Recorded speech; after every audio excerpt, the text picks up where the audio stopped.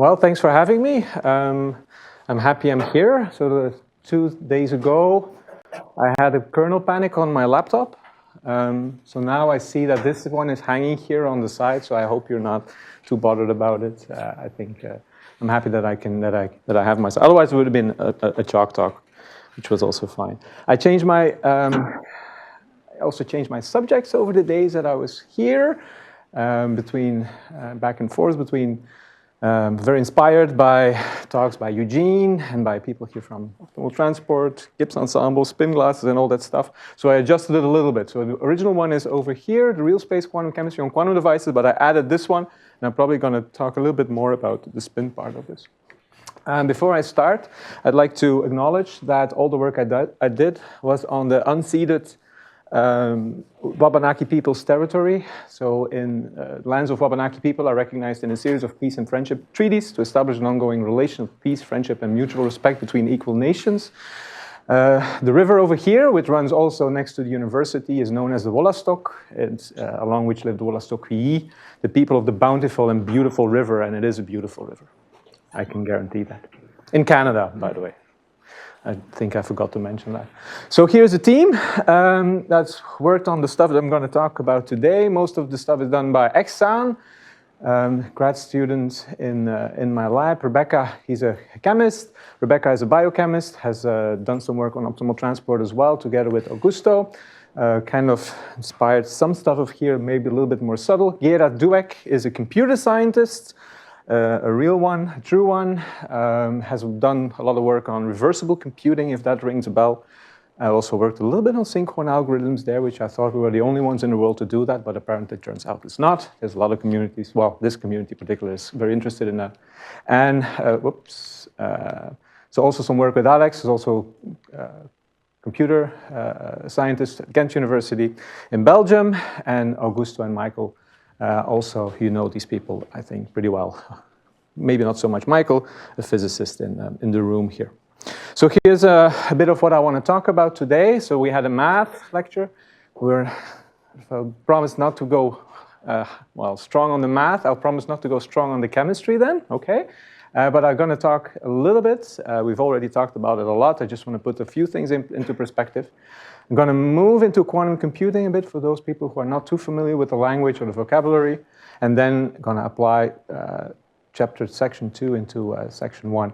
I'm going to talk about 3 representations, put it this way, in orbital-based quantum chemistry or quantum computing, lattice-based quantum chemistry, quantum computing, and grid-based, so which would be more real space.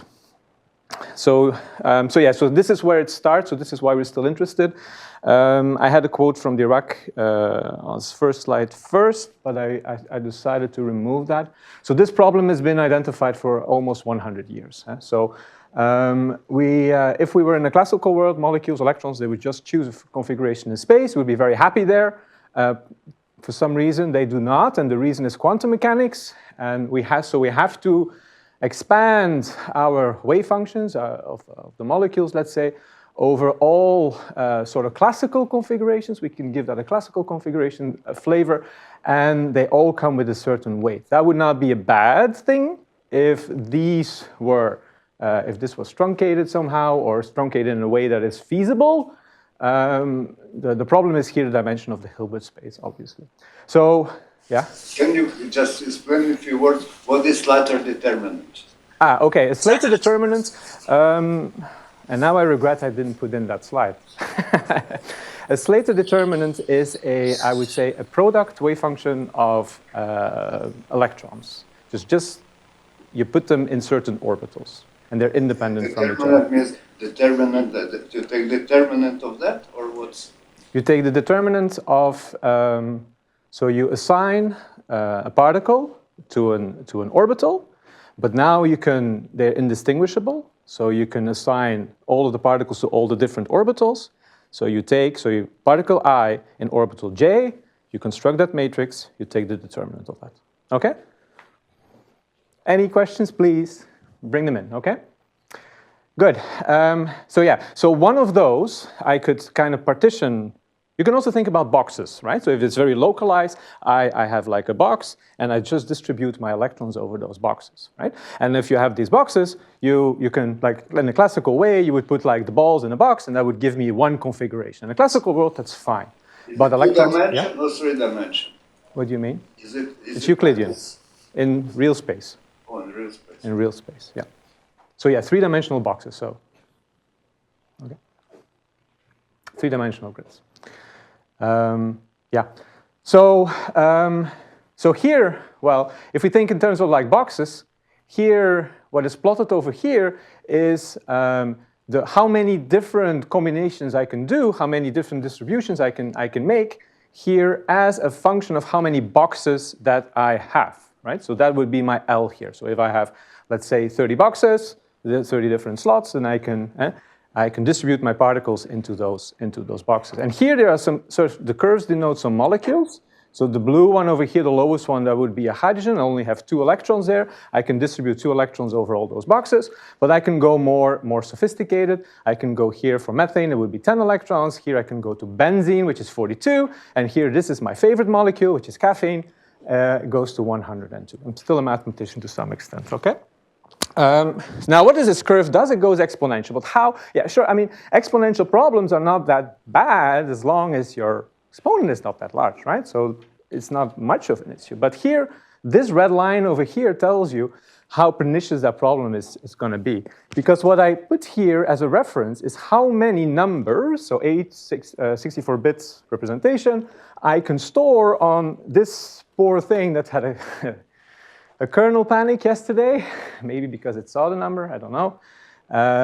So this is the amount of numbers that I can store there. So if I would say I take benzene over here or iron over here, as soon as I allow a little bit more boxes to come in, it immediately shoots over this red line. So I'm not even able to store that thing in my computer anymore, let alone that I can do operations with that, right?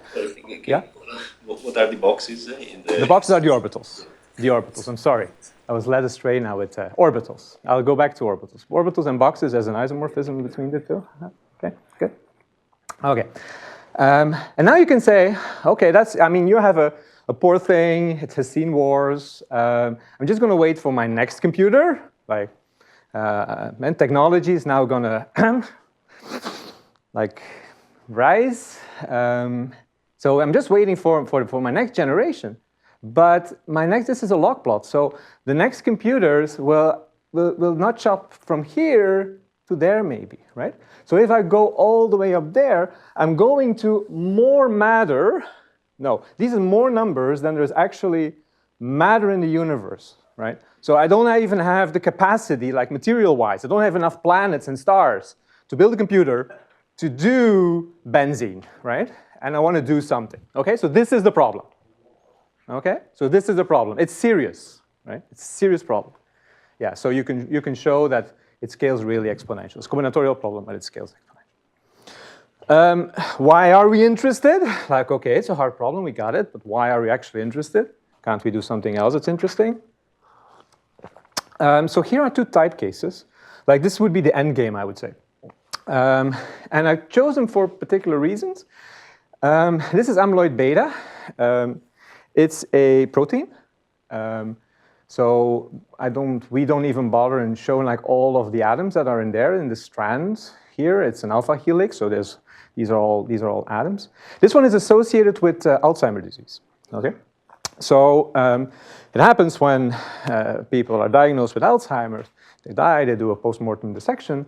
They see that they do analysis of the brain tissue. They see that these little bad boys, they aggregate, they curl up in a way that they're not supposed to do, and they spike through the cell membrane of the brain cells. So this is definitely not a good functioning of the cell, right? But we still don't really understand why, right? So we're still trying to. There's lots of efforts. Think AlphaFold, like Nobel Prize last year for chemistry, on how to predict the structure of these things. Now the problem is this one is too big for quantum mechanics, too small for classical mechanics. It's at this sweet spot where you need input from quantum mechanics, but it's too big for quantum mechanics, right? So being able to compute this from fundamental properties, from fundamental principles, from the Schrödinger equation, let's say, is a very interesting and a very pertinent problem.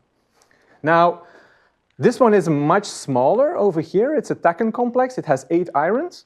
Irons are magnetic. Iron atoms are magnetic. So this is a tiny little magnet. So we call it molecular magnets. So we scale down our devices. We go to nanomagnets. We need to be able to understand this kind of systems because as we miniaturize our devices, we're going to have to deal with quantum effects that are coming from this kind of thing.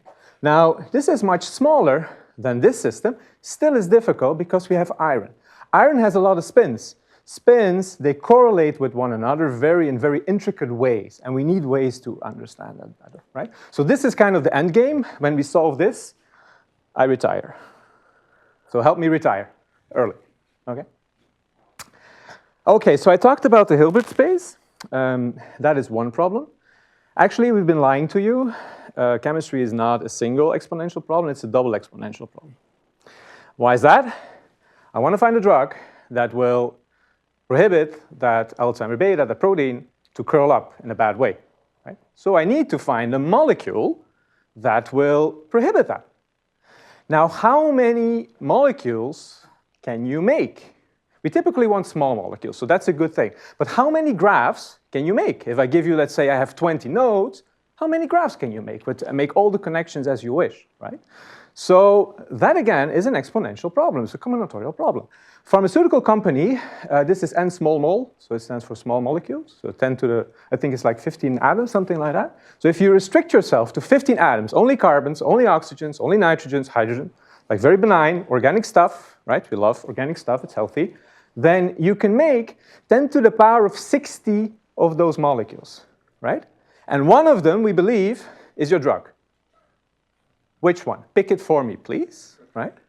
We call it chemical space. And exploring that one is, I would say, yeah, maybe the most important part of chemistry that we're looking for now.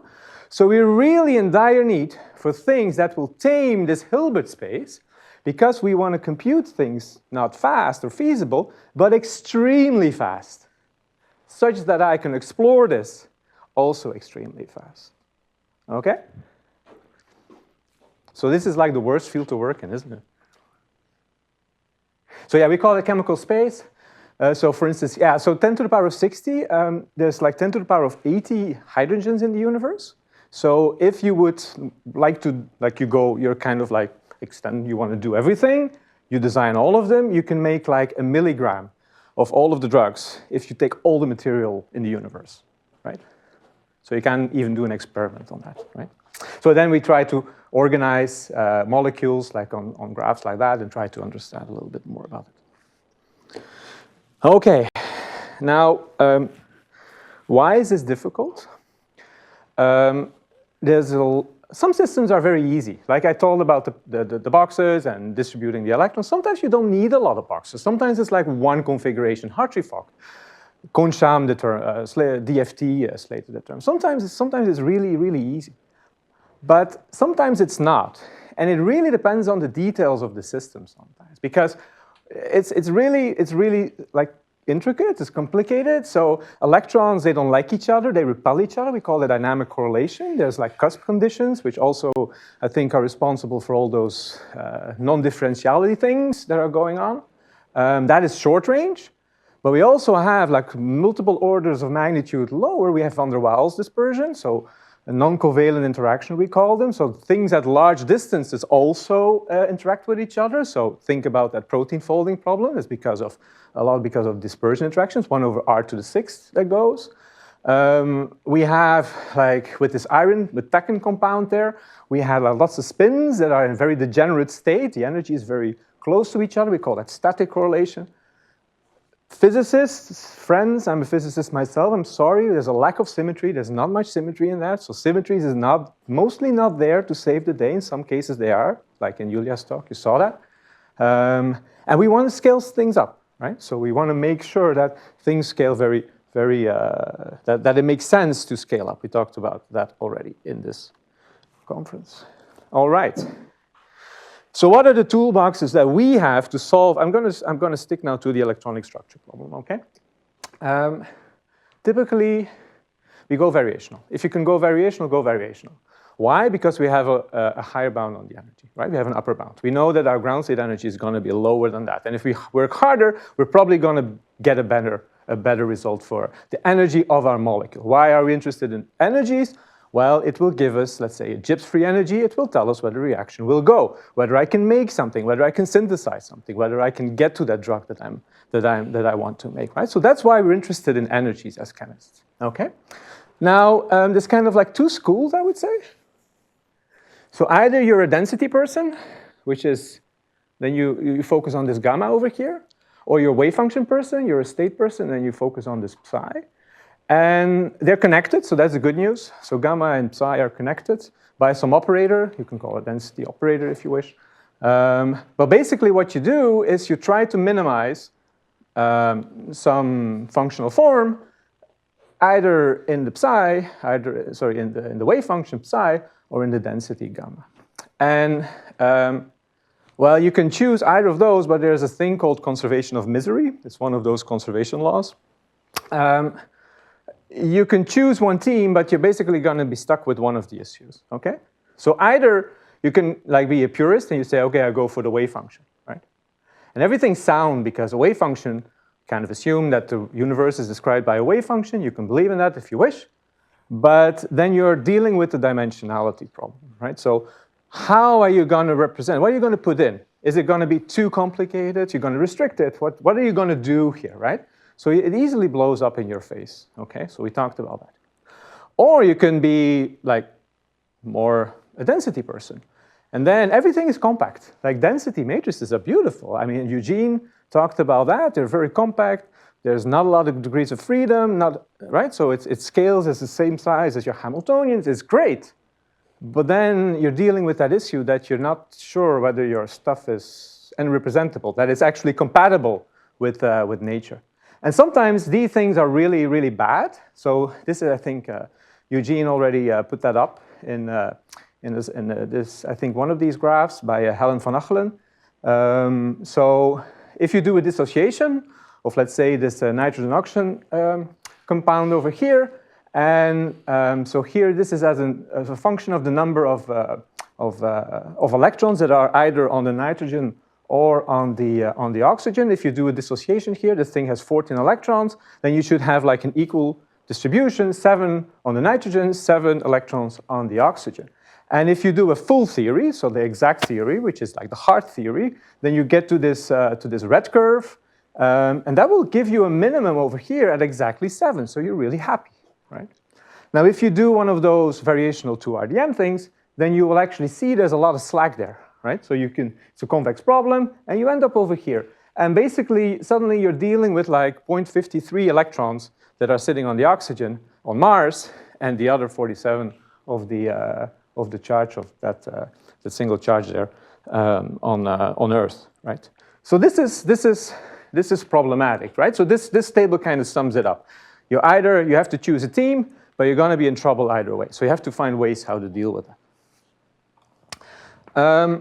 So recently there was a paper by Janus Eriksson, and what they did was they made a comparison of all sorts of like state-of-the-art methods that are out there.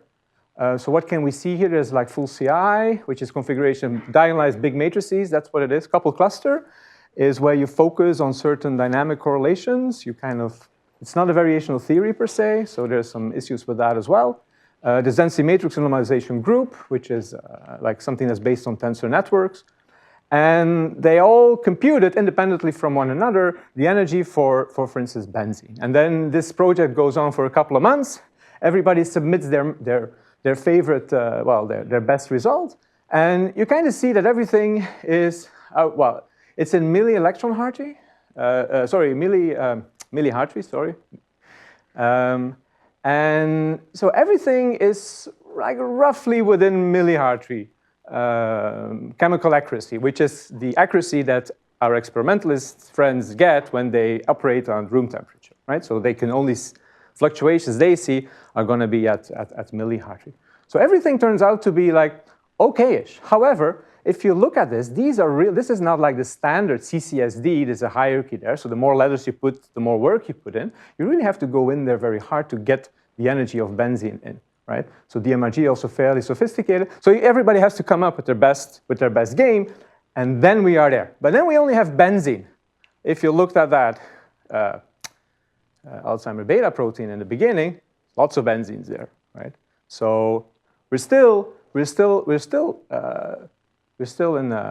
not there, right? Now, the thing that I wanted to address here is that, yes, we know how to deal with these things. It's a lot of compute, and they all kind of look at the problem in a different way, in a different perspective. And benzene is sort of like in the middle somewhere, so they all can go there, right? But still, they're all based on methods, on ways, on techniques that can look at these methods independently, like in a very specific way. Okay. So when do I have? You have 30 minutes. 30 minutes. Oh, great. Quantum computing. We have a new kid on the block. So the first quote I dropped because it's 100 years old. This one is not as old. This is as old as me. So here's Richard Feynman at a conference where I think the first time, well, together with a Russian scientist called Benyov, the idea of a quantum computer was coined or was proposed, and it was also a time where you could put profanities in conferences. So nature isn't classical, damn it! And if you want to make it a simulation of nature, you better make it a quantum mechanical. And by jolly, it's a wonderful problem because it doesn't look so easy, right? So what is the idea here? If we want to simulate quantum systems, we better have a quantum system to simulate the quantum system, okay? So that's the basic idea. When I started my undergrad, I was very enthused by this idea. But we were still like far away from this. It's only very recently that we actually have prototypes of quantum devices, and we can start test these ideas. It's been an idea for 40 years, and it's only very recently this one is from IBM Q device a couple of years ago, that we actually have devices. So now we can actually start thinking on how to incorporate this kind of computing devices into quantum chemistry. And lo and behold, I was shocked when I first read the first papers. Well, Janis shouldn't have been shocked, but quantum chemistry turned out to be like a major first test case or prototype. Okay, so where are we now? So we call them noisy intermediate scale quantum devices, which means they're not fault tolerant. Okay. There's decoherence effects in the device. You can get a lot of gates. I'm going to talk about that in a minute. So you're kind of forced to come up with solutions that are compact. Okay, so this is where we are. We have very few qubits. Typically, the amount of orbitals that we have in a small molecule, the amount of boxes we have for a small molecule that we need for a small molecule. So yeah, that's great. This is typical, well, not typical, but it's very well suited for what we call variational quantum eigensolvers.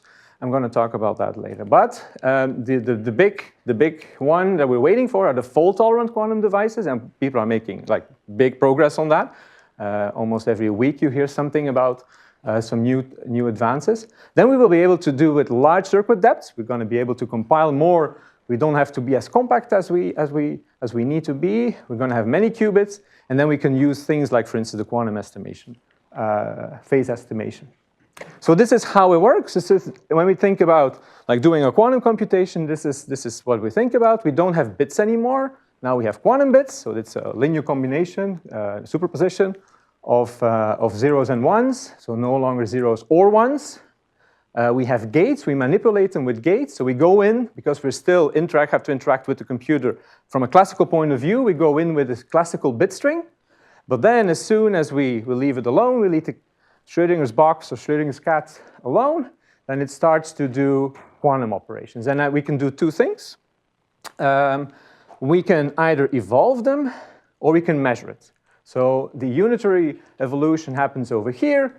the measurement happens over there. And the measurement is probabilistic, so I can't measure like the state of a qubit. I can measure probabilities in which the qubit was. So I have access to expectation values, right?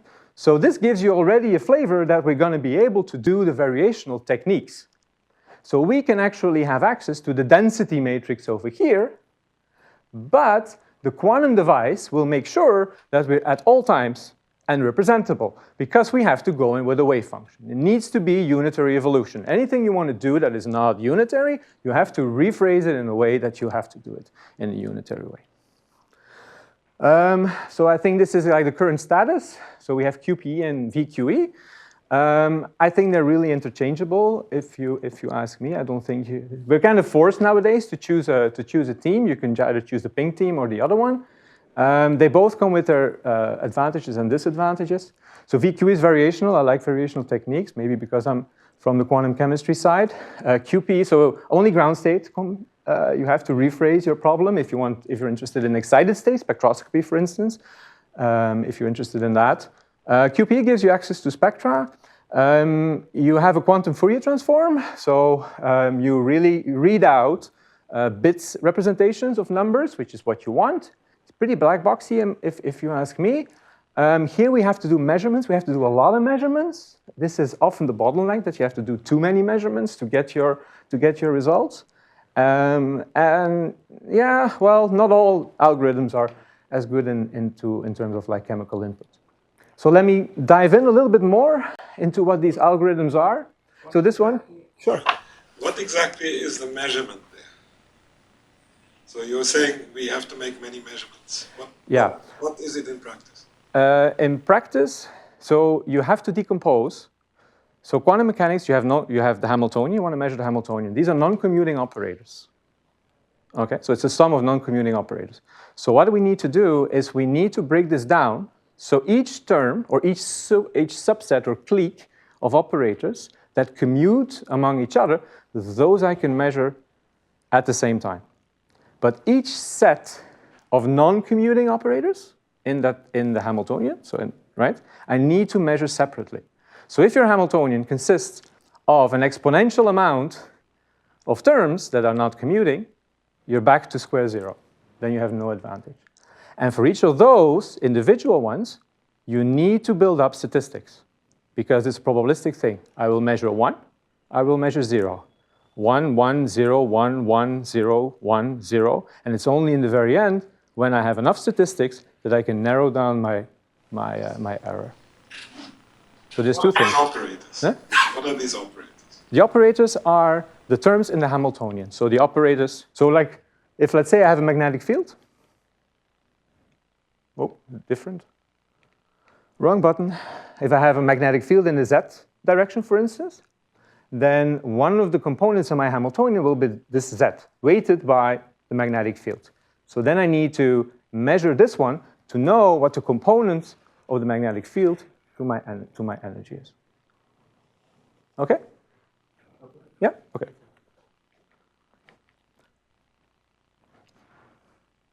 Yeah. So here, this is a diagram that Nick Rubin 2 days ago showed. This is the quantum phase estimation. So how does it work? I have a bit register, and I have a state here. Okay. So I go in with a state, and it was very subtle. Nick always said, like, oh, I come in with an eigenstate, which was a little cheeky, but which is fine.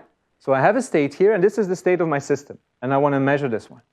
So then what I do, but this state is, in general, it's not a pure, like an eigenstate of the Hamiltonian. It's mostly going to be in a linear combination of my eigenstates. But then in the second part over here, and this is why I need fault tolerance, because this is a lot of gates that I have to put in here, I do unitary propagation on my initial state, and what I'll get is these are all eigenstates. I get a linear combination here of all of the energies. Now, what I do then, I can read out what that phase is here in this bit register, and the probability that I will read out that phase is going to be proportional with that CI. Okay? So if I don't go in with my ground state energy, if there's like 0 components of my ground state energy in here, I will like 0 probability that I will read out the ground state energy, right? So this is another paradigm. So this is the variational quantum eigensolver. It's typically what we call a hybrid one. So how does it work? It's hybrid because it interfaces a quantum computer with a classical computer. So it starts here with the encoding, which is basically you make the circuit. We're going to talk about that. You prepare the quantum state, okay? You measure the energy, which happens over here, and then you try to minimize that energy over all possible parameters that go into your into the circuit that you propose. I'm going to come into that later. Okay, so then quantum computers are very good at unitary evolution, but classical devices are very good at optimization. Right? So you're going to go in like back and forth. So you propose a new circuit, computer computes it, the energy, you go back, you say, oh, and this is not a good one, you use some gradient descent or whatever you want to do, some optimization, you go back, new parameters, and you go in circles, back and forth, right? So the heavy lifting in terms of quantum stuff is done by the quantum computer, the optimization is done by the classical computer. Okay, so I'm going to talk most about this one up here. Because we have been spoiled by 100 years of research into how to design wave function. So everything we know, we now try to implement on a quantum device. Couple cluster is great. It's like one of the most successful, it's gold, we call it the gold standard of quantum chemistry. It's a great theory, but it's not unitary, right? By design, because otherwise it would have been crazy to do.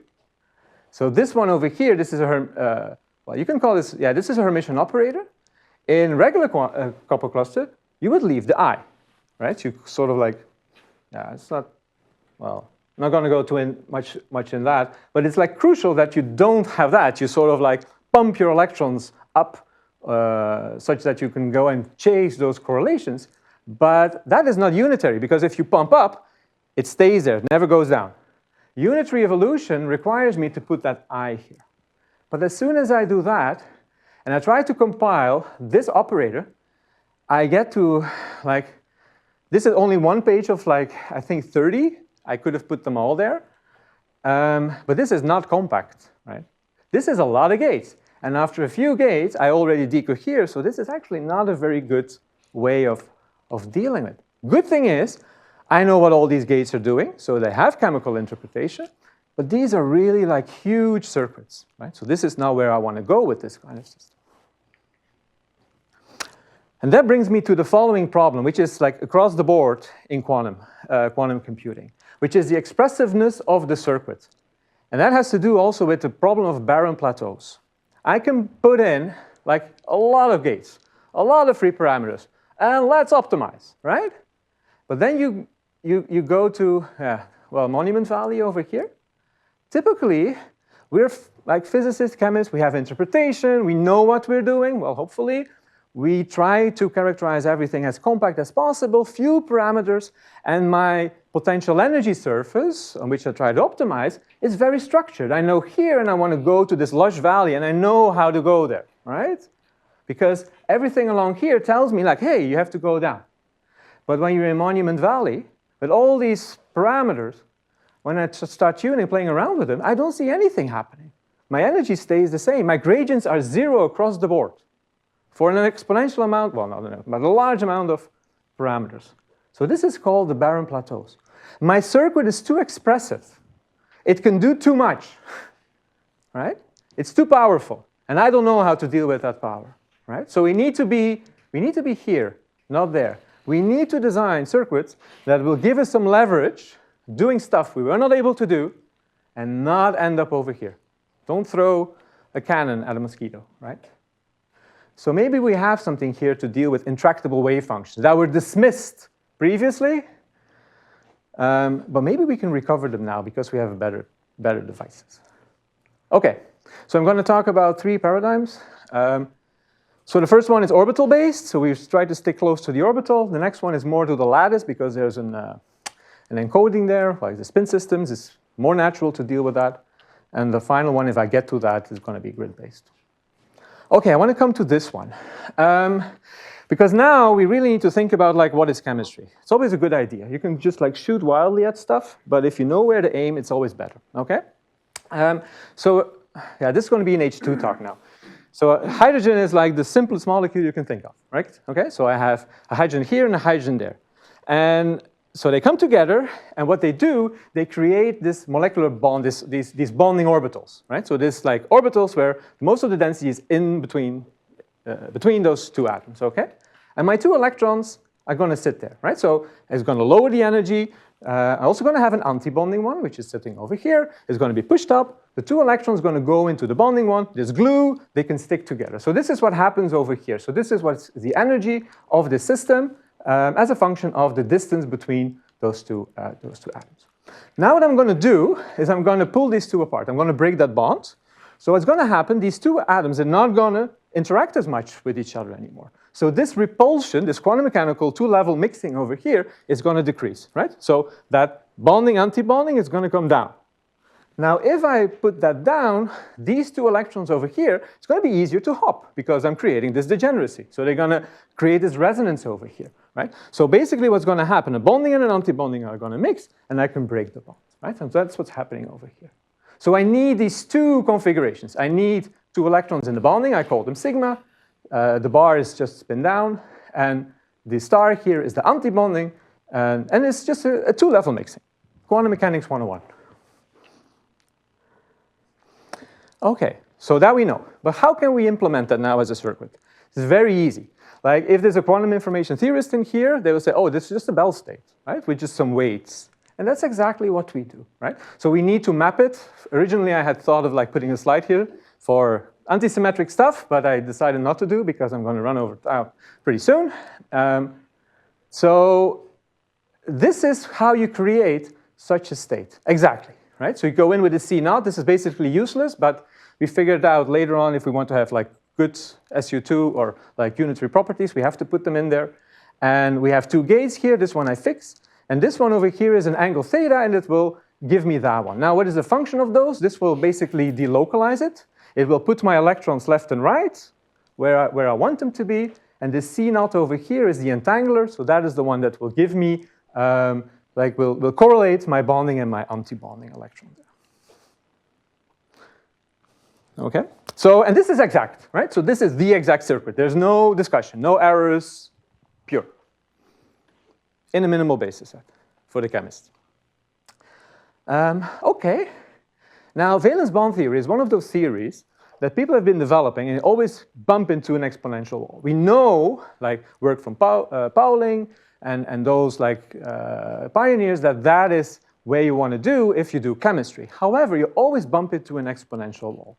So why not try to use that to build new circuits now that are able to be compatible with those VB structures, right? So what if I have, let's say, a system like this? I have 4 boxes, 4 orbitals, and I'm going to try to like build bonds between them. And the way that I can do that, if this one is bonded with that one, well, that one will be bonded with this one. So if this one is bonded with this one, then that one is going to be bonded with that one. But I can have resonances, right? So I can hop from this one to that one, okay? And I can do that. I can make that resonance more, and I can continue that. I'll call that reps. Okay, so that's what we did for lithium hydride, which turns out to be more interesting than I anticipated. Yeah, sure. What do you mean by saying that when you do VB, you bump at exponential? It's not generally true. Well, I mean, it's you choose, right? So it's a bit of a bias there that you have to, yeah. So if you don't want to choose, say that again? So it's up to you when you construct the VB. Yes. There are many variants, flavors of VB. Yeah, that's true. The statement is too general that you... Yeah, that's true. That's true. I should make it a little more subtle. Can you explain once again how you do the resonances? So it's looking at how, so first of all, you have to do an encoding, okay? And then it's how you, what the action of these gates are. The first one you can ignore, really. I mean, we did in the first time, and it was an issue where we had to put them in. It's a technical detail. So then what you do first is you spread out. So basically here I have, well, yeah, so I'm going to operate with this one here as well. So basically what I'm constructing all up to here, whoops, is the bonding orbital, right? But now what I need to do, first of all, I need to do a little bit of symmetry breaking. So that's happening over here with this gate. And as soon as I've done that, I need to correlate that symmetry breaking. I have to bring the other one also back into the... So if you would look at like the action of on this one, on this classical molecular orbital, you correlate it into this one. That's what's happening. More complicated case, which you have on the next slide.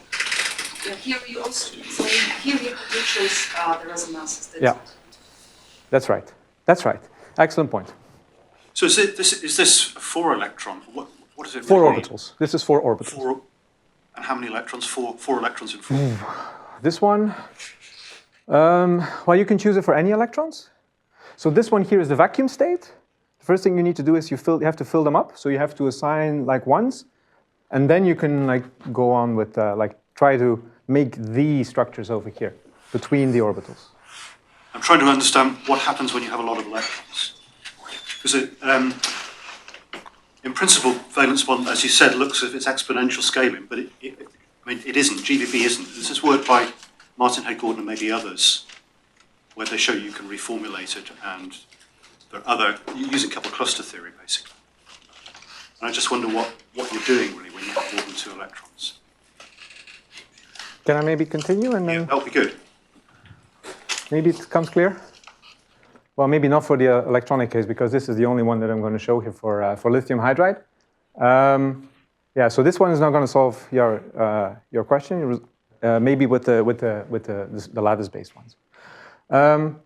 So yeah, so this is lithium hydride, same problem. So you take the distance between the two, you break the bond. There's a little bit more orbitals involved there, and so you create these resonances between the orbitals, and you have to put a few in. So you work harder and harder and harder, and basically at some point, if you continue doing that, you end up with the exact results, with like a reasonable scaling. Okay, how much time do I have? 10 minutes. Oh, that's fine. 9 minutes. That's fine. That's fine. That's fine. So let's maybe go into this picture here. Spin glasses. Maybe that will make it a little bit clear. What are spin glasses? We already talked about spin liquids. Spin glasses are spin liquids at very low temperature. The way that you look at them is like we know about ferromagnets, everything is like pointed upwards. We know about antiferromagnets, everything is paired together. And a spin glass is where there is like they don't really know what to do. They're kind of frozen, but they're like in all kind of directions. They have been observed in copper. This is not magnesium, this should be manganese. This is Herbert-Smithite at very low temperature. Typically where you get them, these frustrated systems, is in triangular lattices. Okay, like this one or Kagome lattices where you have a lot of frustration. Now, what do I mean with frustration? Here you say you have an antiferromagnetic interaction, and I should have introduced this one. So a typical model here is a transverse field easing model. So there is a spin interaction between nearest neighbors. So I and J, for instance, they interact. J is positive, so I lower my energy by putting these two antiparallel. And I put some transversal fields here and on top of it because I can. Okay, it gives you a little bit more. It mimics a little bit like going into spin liquid. So this is what I mean with frustration. Let's say I have a triangle and they all hate each other, right? So blue, but they have to find an alliance. So blue, this one hates this one. So this one is a Democrat. This one is a Republican. So what is this third one going to do, right? So either it can be, well, Democrat, and then it's going to make his Republican friend unhappy, or it can do the other one, right? Well, then it's going to be like the other one unhappy, okay? Well, no, it's not like they're happy when they're off. They like to fight, that's what it is. It's different. It's real politicians, they like to fight, right? No, I didn't say that. Anyway, so there is like, this one doesn't know what to choose, right? But as soon as it made a choice, then this one is sort of like, yeah, but what am I now supposed to do, right? So there's all these 6 configurations, and they're equally valid, energetically valid. Now, now those here, those are good, right? So whenever I have blue and red next to each other, they're happy. So I want to optimize those. And this is what Anderson has proposed, like I think in the 70s somewhere, is that we need to find a way to optimize like all of put them together in this kind of state here, linear combination between the two, and then make all possible ways in which we can do them. Right? Now, the number of pairings is a factorial problem. Okay? So the Anderson resonating valence bond theory here is difficult. Okay? And one of the reasons why it's difficult, so here this is a function of that magnetic field. I can turn off that magnetic field. What I see here is the first excitation gap, okay? And what you can see here is that the excitation, so the gap with the first excited state is going down, and it's really, really, really small. Yeah, thank you. It's really, really small. So if you go in variationally, there's like almost no guarantee that you'll hit the ground state, right? Because, and this is for a number of sites. So this is just a triangle over here, which is not too bad. 5 sites already goes down to orders of magnitude, and as you add more and more sites, everything is going to be finite size here because that's the only thing I can do, okay? Now, and this is interesting. This is inspired by Riemann diagrams. So if this is like a Bell state, so if the yellow ones are Bell states, if I add up these 3 Bell states together, I get to 0. Right? So I don't really need, okay, spin up and spin down, there's a symmetry there, so I only need 3 out of 6, right? So the others are just like the mirrors. I only need, if I know 2 of them, I don't need the last one anymore. So I can label them like this. I can actually remove this one and just be concerned with this one and that one. So what is the common denominator here is that they both interact with this red one over here, right? So the red to the 2 and the red to the 1. And so I only need to be worried about those two edges over here. I don't need to worry about that one. So what I'm going to do now, I'm going to cut it, okay? That comes back later. Now the good news is, if I use these valence bond things, then this is an exact state, right? So I can compute the amount of correlation energy that I get back, I get to 100%. I can compute this fidelity over here, I get to 1 with the ground state, right? If I use that circuit. Now so now I'm in a situation in which I try to optimize the number of ways that I can put a blue and a red one next to one another. And that is known as a max cut problem. What is a max cut problem? This is from Wikipedia, so the house, we're very keen on that because it's on Wikipedia. I have a graph like this, and I try to cut or make as many bonds try to partition it such that there's as many blacks and whites next to one another. And that's called a max cut problem, right? So you cut through the maximum number of edges. So it maximizes the numbers of pairs. So you can play that game, right? So you can look at all the cuts. So this one is where you cut only 2. Here as well. Cut 4, here you cut 3 of those edges, you see that? So I have like 0 and 1, 2 and 3, and this one is the max cut. And now what I'm doing, I'm designing such a circuit over here, right, with now 5 qubits, in which I respect that I need to cut only the ones that I cut here, right? And I do that for this one, and I go up. And as you see, the fidelity, no, this is the correlation energy, it bumps all the way up to 1, right? So by relating this to the max cut problem, so the maximum number of cuts that I can make, I can actually recover the max. I have the wave function of that circuit. Here's the fidelity. It's the same story. So as long as you're not cutting everything to the max, you're not going to get there. You can do it for tensides. I mean, this is really fun. I mean, you just write down graphs and you try to cut as many of those edges as you wish. And so this is for tensides. This is the max cut problem. So, and then you have to also like put in resonances. You put in only 1. You're missing. This is as a function of the magnetic field. So this is very small magnetic field. This is high magnetic field. And you can see as more as you like repeat those, you get up to like full correlation energy. And the same is actually true. We only need like 2 cuts to get to the full fidelity. Mean field is actually do nothing. So that's like the baseline theory.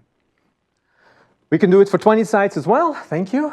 For reference, This is if we simulated everything, we compared everything with like full CI, so we had the diagonalization in the end. So then we end up with like 1 million Slater determinants or configurations that are important. And with 4 layers, we get pretty close to like a fidelity of 1. Also in the very small A regime, remember that energy gap was extremely small. So it's very difficult in a variational way to get to the exact state that you want, okay? We can look at correlation functions because this is how you can actually test it with respect to experimentalists. We can do neutron spectroscopy. That's what's over here. There are some tiny little issues when you're in the bulk. Parameters there, this is technical, these are details. I was going to skip this on the graph, so you have to wait for the paper when this one comes out, but we can do this on grids, which is really neat because it can... You remember these things in your car? Like these? Like you were waiting when it went from 99.9999 to like... Yeah, so we use the same trick, quantum odometer. Not going to talk about it, we can do this. It's the only thing that I wanted to thank you for being with me. Try to be, I'd say, yes, quantum computing is great. Try to analyze the problem.